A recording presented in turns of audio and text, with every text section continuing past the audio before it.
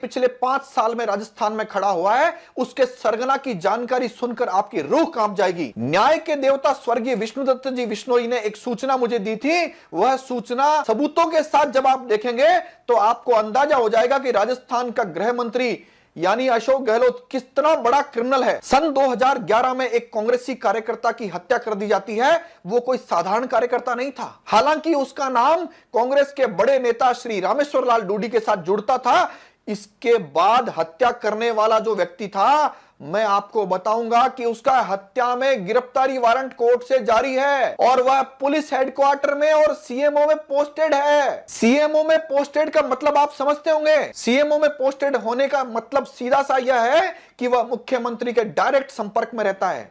हत्या, मर्डर, जिसके हाथ से मर्डर हुआ, कोर्ट ने जिसका गिरफ्तारी वारंट जारी किया और उसने रिवीजन फाइल की, वह 19 में यानी मुख्यमंत्री अशोक गहलोत के कार्यकाल में, गृह मंत्री अशोक गहलोत के कार्यकाल में गिरफ्तारी वारंट घूमता रहा, किसी ने उसको गिरफ्तार नहीं किया। यूथ कांग्रेस के लोकसभा अध्यक्ष रामकिशन जी सियाग की हत्या करने वाले सुनील पूनिया के पास आज 18 से ज्यादा सरकारी कांस्टेबल नौकर के रूप में काम कर रहे हैं। और कौन सुनील पूनिया? जो चिकित्सा विभाग में डॉक्टर था, जिसके हाथ से हत्या हुई, वह सीएमओ में भी चार्ज जिसके पास है और पुलिस हेडक्वार्टर में भी जिसके पास चार्ज है। राजस्थान में नेताओं और पुलिस वालों के पास लाल बत्ती नहीं है, लेकिन उसके पास लाल बत्ती की सरकारी गाड़ी है, उसके पास सरकारी बंगला भी है जयपुर में। क्या खास बात है उसमें?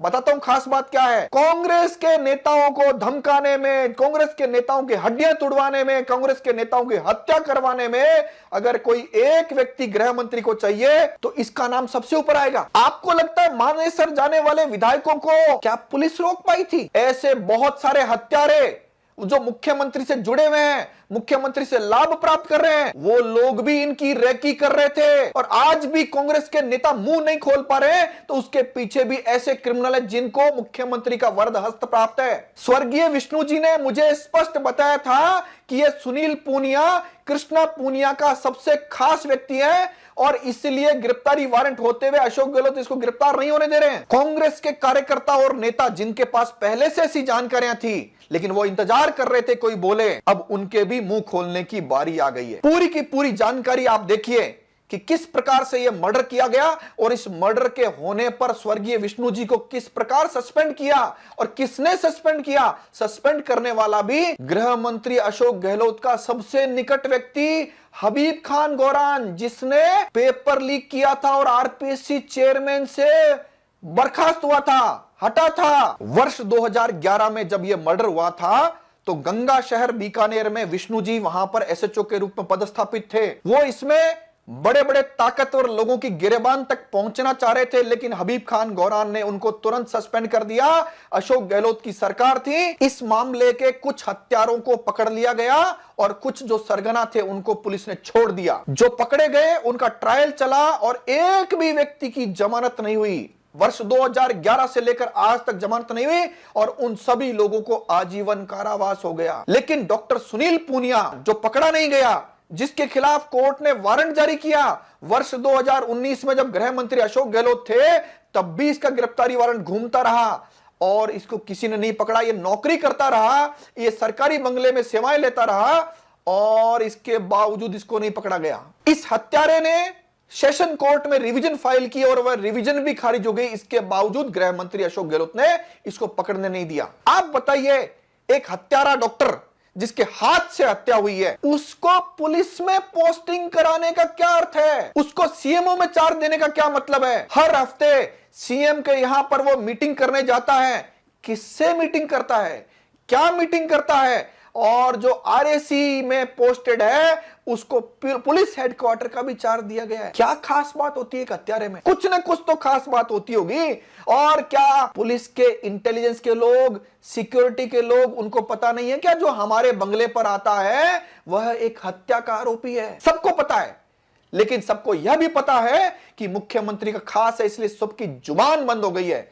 पुलिस हेडक्वार्टर में पोस्टेड हर एक आईपीएस को और निचले पुलिस कर्मियों को यह बात पता है कि डॉक्टर सुनील पूनिया जो मुख्यमंत्री खास है वो हत्या का आरोपी है, इसका गिरफ्तारी वारंट जारी है। पूरे राजस्थान में ऐसे लोगों का एक बड़ा नेटवर्क स्थापित हो चुका है। एक उदाहरण बताया है, जिसको मुख्यमंत्री ने इतनी जबरदस्त पोस्टिंग दी, उसको 18 सरकारी अवैध कांस्टेबल नौकर के रूप में दिए जो उसके अंडरगारमेंट धोते हैं, उसको लाल बत्ती वाली सरकारी गाड़ी। अब दोबारा से आप ये सोचिए कि पिछले 5 साल में राजस्थान में क्या क्या अपराध घटा है, कहां कहां क्या क्या अपराध घटे हैं और कांग्रेसी कार्यकर्ताओं का मुंह किस प्रकार बंद किया गया है। पूरी बात सुनने के बाद आपके मन में सवाल नहीं आता है कि अशोक गहलोत जब पिछली बार मुख्यमंत्री थे तब भी कांग्रेस के कार्यकर्ताओं की हत्याएं होती थी, और इस बार भी जब मुख्यमंत्री बने या गृह मंत्री बने, ये गृह मंत्रालय का चार्ज उन्होंने अपने पास क्यों लिया? कारण भी यही है। पिछले 5 साल में अपराधों की गणना अगर आप करेंगे तो डॉक्टरों पर हमले हुए, वकीलों पर हमले हुए, पत्रकारों पर हमले हुए और बहुत सारे हमले लोगों पर हुए, लेकिन पॉलिटिकल पार्टी की गणना करोगे तो केवल कांग्रेसी कार्यकर्ताओं पर राजस्थान में सर्वाधिक हमले हुए हैं। क्या आपको लगता नहीं इसके पीछे कोई षड्यंत्र है, कोई बड़ा व्यक्ति है जो ये पूरे खेल को मैनेज कर रहा है? ये बात केवल कांग्रेस के कार्यकर्ताओं के लिए नहीं है, ये बीजेपी कार्यकर्ताओं या आरएलपी या किसी आम आदमी पार्टी कार्यकर्ताओं के लिए नहीं है। ये बात एक आम नागरिक तक पहुंचाने की है कि प्रदेश का मुखिया ही जब क्रिमिनल्स को पाल रहा है, पाल पोस कर अपराध का साम्राज्य खड़ा कर रहा है, तो हम चुप कैसे रह सकते हैं? मीडिया के पास कोई ताकत नहीं बची जो आपको सच्चाई बता सके। जो लोग पैसों से मान रहे थे उसको इस सरगना ने पैसों से मनाया, और जो लोग हाथ पांव तोड़ने की भाषा समझते थे, हमलों की भाषा समझते थे, उन पत्रकारों को उनसे समझाया। मुझे देखने वाले जिन जिन लोगों के साथ पिछले समय में अन्याय हुआ है उनके साथ न्याय हो ही नहीं सकता था, क्योंकि सत्ता की चाबी जिनको जनता ने दी है वो खुद इस काम में लिप्त थे। यह समय है आपके सवाल पूछने का, खड़े होने का और अन्य नागरिकों यानी मालिकों को जगाने का, ताकि हमको इस राजस्थान में अपराधों से छुटकारा मिल सके। धन्यवाद। जय हिंद।